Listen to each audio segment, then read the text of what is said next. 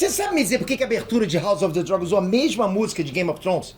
Por que tem aquelas engrenagens, você sabe dizer? O que elas simbolizam? E que cenário é aquele? Por que tem aquele rio de sangue? Você vai descobrir isso tudo agora!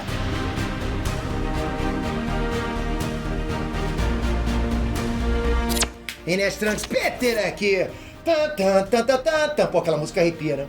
Segundo episódio de House of the Dragon chegou na voadora lá, né? Pô, com aquela abertura.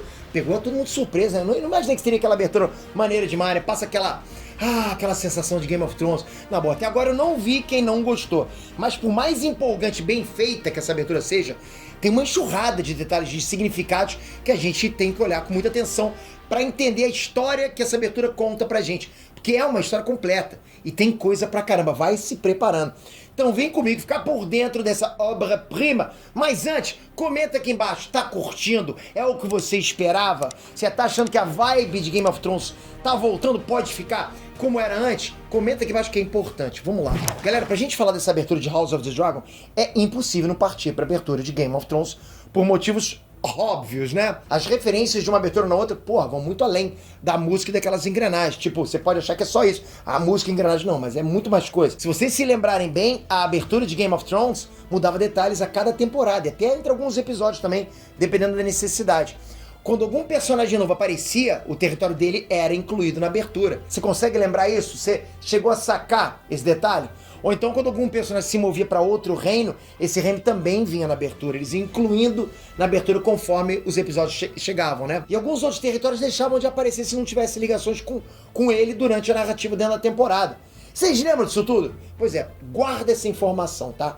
É por isso que para muita gente tinha um sentimento de que assistir a abertura de Game of Thrones era obrigatório. Por mais que acho que se a gente não pegava esses detalhes, eu acho que essa magia passava pra gente de uma forma, talvez subliminar, não sei.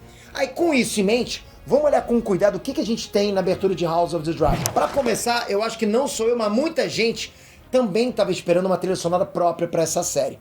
Por isso a surpresa foi gigantesca, né, de começar o segundo episódio de House of the Dragon com a mesma trilha de Game of Thrones. Uma surpresa boa, eu achei uma surpresa boa, eu curti. Você tem aquela... Pô, galera, essa música é sensacional. Ela é a cara de Game of Thrones, dessa coisa de reino, de traição, de gore, de morte, enfim. Você sabe, a essência de Game of Thrones.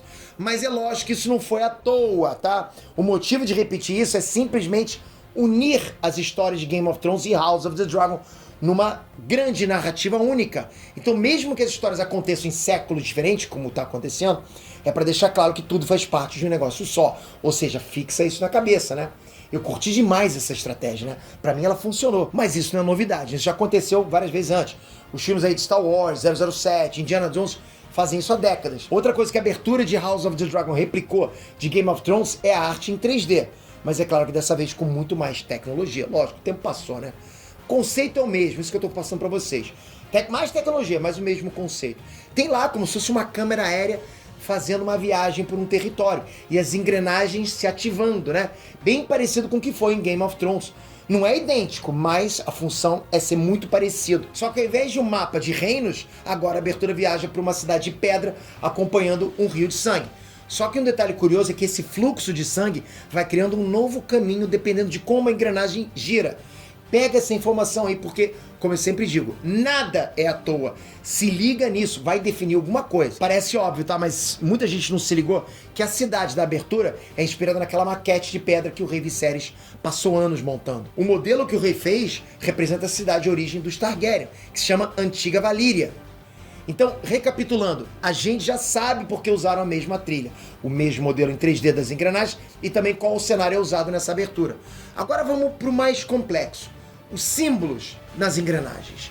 Em cada uma dessas engrenagens que são ativadas pelo sangue, tem um símbolo diferente. E cada um desses símbolos representa alguém da família Targaryen. Então vamos olhar uma por uma. A primeira engrenagem que aparece tem uma imagem de vários dragões na época após a perdição da Antiga Valíria. Isso é como um retrato na época em que os Targaryen chegaram em Westeros e usaram os dragões para dominar ali e se estabeleceram em Dragonstone. Essa engrenagem se encheu de sangue, né? E só sobrou visível uma coroa que simboliza Aegon, né, o Conquistador. Daí o sangue vai jorrando e chega se dividindo em mais duas engrenagens. Ela simboliza as esposas e irmãs do Aegon.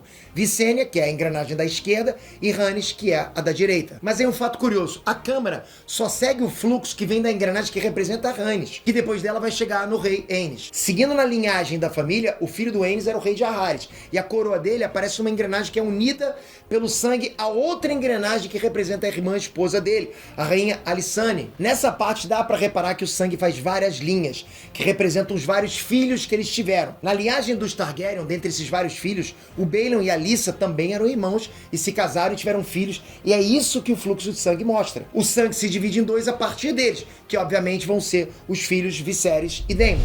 Um detalhe é que depois da queda do sangue, à direita da tela, lá no fundo, tem uma engrenagem na parede, meio azulada, que simboliza o Lord Corlys Velaryon, o marido da Rhaenys Targaryen.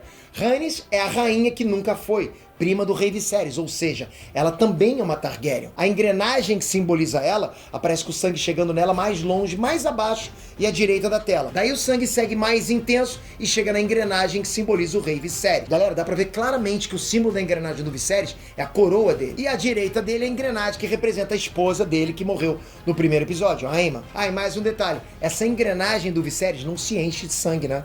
Mas à esquerda dele começa a escorrer um fluxo ali, mas que não mostra onde vai. Esse detalhe deve indicar o próximo casamento dele, com a Alicent Hightower, e provavelmente vai indicar os filhos que eles vão ter depois. Mas nessa abertura, essa linha do sangue é ignorada, e segue acompanhando o fluxo que vai dar na engrenagem na parte superior esquerda da tela, que tem um símbolo lá que se refere ao Daemon. E na direita, mais abaixo, o sangue faz uma ligação com outra engrenagem, que pode simbolizar a Rhea Royce. Mas a continuação desse fluxo é interrompida na imagem, e o sangue jorra para outra direção, até chegar na imagem que representa a Rhaenyra, né? E o símbolo dela é o pingente do colar que ela ganhou de presente do Daemon. Da engrenagem da Rhaenyra mostra sendo um fluxo de sangue, mas que não é acompanhado.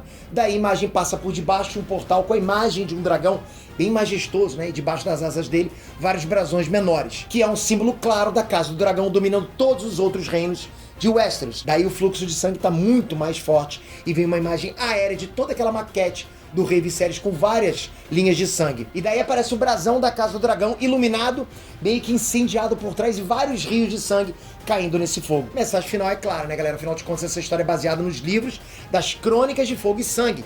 Então tá aí o fogo e o sangue para fechar a abertura. Então vamos para outros detalhes que são trabalhados aqui. Primeiro aqui, como a casa Targaryen é o centro dessa narrativa, as outras casas que se casam com pessoas dessa família e formam laços de sangue são mostradas de um jeito muito rápido, sem muitos detalhes. Outro detalhe que só algumas pessoas pescaram é que quando o sangue enche as engrenagens, é justamente quando esse personagem já tá morto no momento da série. Por exemplo, todas as engrenagens, até os filhos da Baelon e a Lysa, são preenchidos com sangue. Mas a partir do momento que aparece a engrenagem do Viserys, algumas aí não se enchem mais, né? Como a dele, por exemplo, do Daemon, da Rhaenyra. Mas a primeira esposa do Viserys encheu de sangue, e ela já morreu no primeiro episódio. Você tinha reparado essa? Outro detalhe que eu até citei, né, é que apareceu uma faixa de sangue saindo da engrenagem da Rhaenyra. Isso revela que ela vai dar continuidade ao sangue Targaryen. Tudo isso para explicar que essa abertura conta uma história. Ou seja, galera, existe muito conteúdo por trás, né? Essa abertura é a árvore genealógica dos Targaryen, desde o início até o momento da série. Mas não é só isso. Ela destaca de propósito, né, a trajetória da família diretamente relacionada ao poder. Se você lembrar que algumas linhas do sangue se formam, mas são abandonadas, fica claro que a trajetória principal do Rio de Sangue acompanha justamente os personagens que chegaram ou que podem chegar, né, ao Trono de Ferro. Ou seja, é uma história de sucessão, que é o core da série, né? O principal da série é isso, é sucessão. E muito provavelmente isso vai culminar na guerra conhecida como a Dança dos Dragões. Outra curiosidade é que o fluxo de sangue confirma que a Casa Targaryen é a mais incestuosa que já se teve notícia, porque vai mostrando os frutos de vários casamentos entre irmãos. Além disso, né, naquele final do brasão, a gente tem finalmente a junção do fogo e do sangue. E esse é literalmente o lema da Casa Targaryen, fogo e sangue. E também é o nome dos livros que inspiraram a série. E para fechar com chave de ouro toda essa análise, é possível que essa abertura possa se modificar conforme a história de House of the Dragon vai se desenvolvendo. Igual foi com Game of Thrones, né, que eu citei aqui no começo desse vídeo. Tudo indica que da mesma forma que foi na série anterior, os grandes acontecimentos, né, a chegada de novos personagens, ou até mesmo a morte deles, vai ser mostrada na abertura. Então ela pode ir sendo alterada, e ela vai. E aí, me conta agora, galera, você curtiu todos esses detalhes? Todas essas referências à série original, com a mesma trilha, as engrenagens e tal? Ou você achou que foi falta de personalidade? Você tinha entendido toda a história por trás desse rio de sangue aí e a trajetória de sucessão que ela conta? Comenta agora aqui embaixo, mas não se esqueça, o principal de tudo é a sua inscrição, para você sempre entender o que está rolando por trás, na construção das obras que você assiste, que você tem acesso. Se inscreve no canal, ativa o sininho, 3 vídeos por dia, há 8 anos. A gente precisa de você aqui, a gente quer que você fique informado do que está acontecendo agora no mundo da cultura pop. Obrigado pela sua inscrição, pelo sininho, eu te espero no próximo vídeo. Valeu, fui!